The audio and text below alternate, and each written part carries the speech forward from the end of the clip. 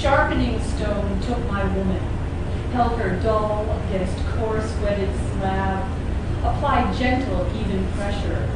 Body swayed, traced patterns, steel against stone, stroked blade to burr, switched to finer grit, then leather struck, honed her, gave her a finer edge. Staring back, lean close, see experienced iris, tinted autumn, pupil dilated birthing, generations forward, backwards, enduring women, gathered to their mothers, gifts bestowed to granddaughters, unknowingly extending sight to her perception, to herself. He uncoils her skein, fingers soft strands of handspun. Her tensed fibers yearn for the weft of him throughout her stretched warp. Hand shovels over skin, seamless fabric grows taut with loose ends.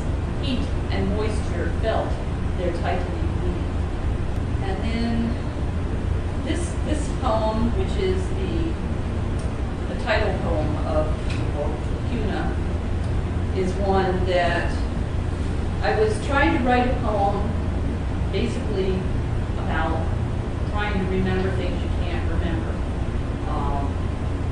And I was looking for a word that meant not there. And I didn't want to write not there. It's not so I just started looking. And I was about ready to give up when I came across two different words that just clicked. And one was the word lacuna, which means an empty space or a missing part, gap, or void. And then along with that, I came across another word that was ma, or negative space, and it's a Japanese art word. And so I just played with those words, and eventually this poem came out. She traces edges, sees only minus, examines the negative space where she resides, self-defined by lack. Weathered fragments peel away from her wall, litter the ground. She struggles to stabilize, then repair the damage. Gathered shards, collects pigments, attempts reconstruction. What is missing cannot be replaced or even reproduced. Separation forms the patterns. The constellations are shaped as much from blackness as from stars. Chaos creates order. She will learn to value Ma. Balancing the books. I'll pay for this later, you comment as we watch sun's first caress on trees outside our bedroom window. Clock tallies the minutes past. You speak as if our love was an overpriced splurge, purchased in haste, regretted when the bill comes in the mail. You want to be frugal, reconcile accounts, trim expenditures, save for a rainy day.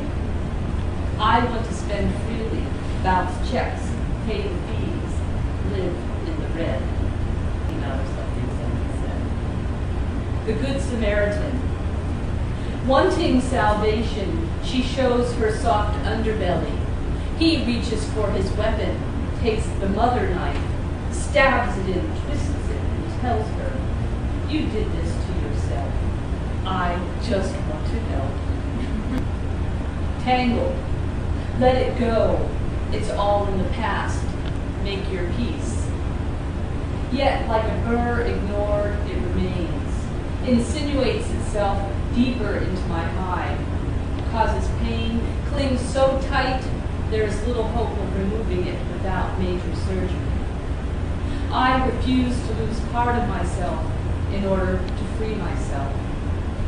So I painstakingly disentangle each hook, lose my grip, get snared again, start over.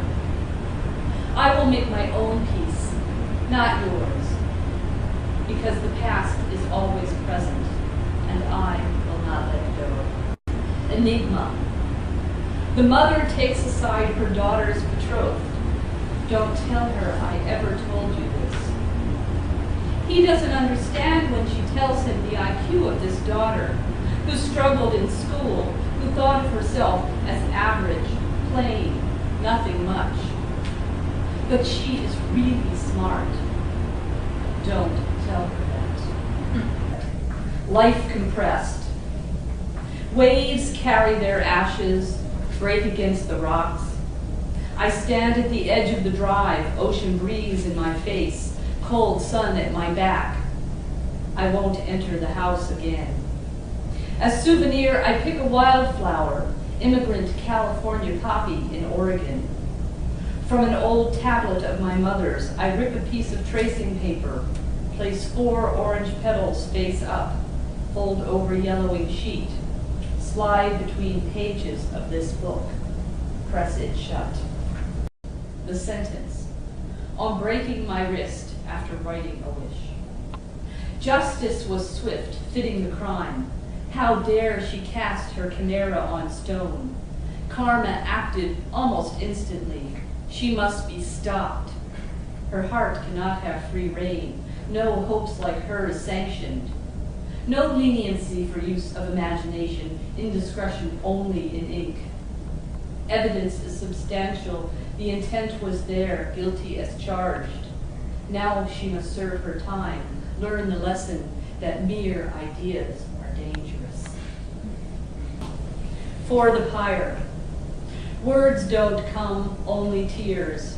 This grief for the loss of a friend still singes fresh, wrapped with other memories of joy and love and friendship and loss. Does it all come down to loss? Everyone I love, I will lose. They will lose me. I feel that twist in my guts and I want to declare enough already. They say wild animals don't feel grief. They move on from loss, never remembering, just searching for the next meal, the watering hole, a safe place to rest. So why do we torment ourselves, cluttering our minds with remembrances of the past, wondering, what if? This is not just about the loss of one friend, but the loss of all friends, those people that have passed out of our lives through purpose or inattention or chance, some permanently, some to return only to make us fear their loss all over again. Scar tissue is supposedly stronger than what remains undamaged. It takes more to rip open, but when it does, the blood that flows, the pain that wells, all the feelings are compounded. Loss times loss into infinity. Nothing like being 50 with a first broken bone to make being cautious seem silly. I've always been too careful. A good little Girl Scout, always prepared for any calamity. Flashlight and pocket knife, always at the ready.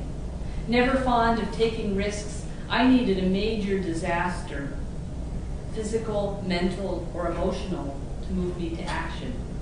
Queen of indecision, weighing all sides over and over and over again.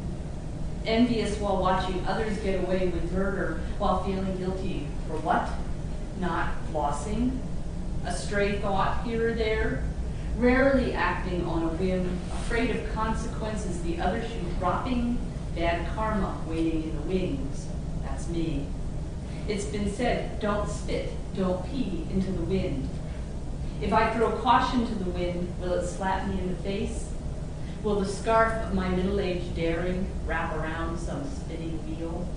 I thank whatever dream woke you. 2 in the morning, I wake to your touch. Feel your fingers slide along my side over hip to thigh. Last night you returned from still more travel.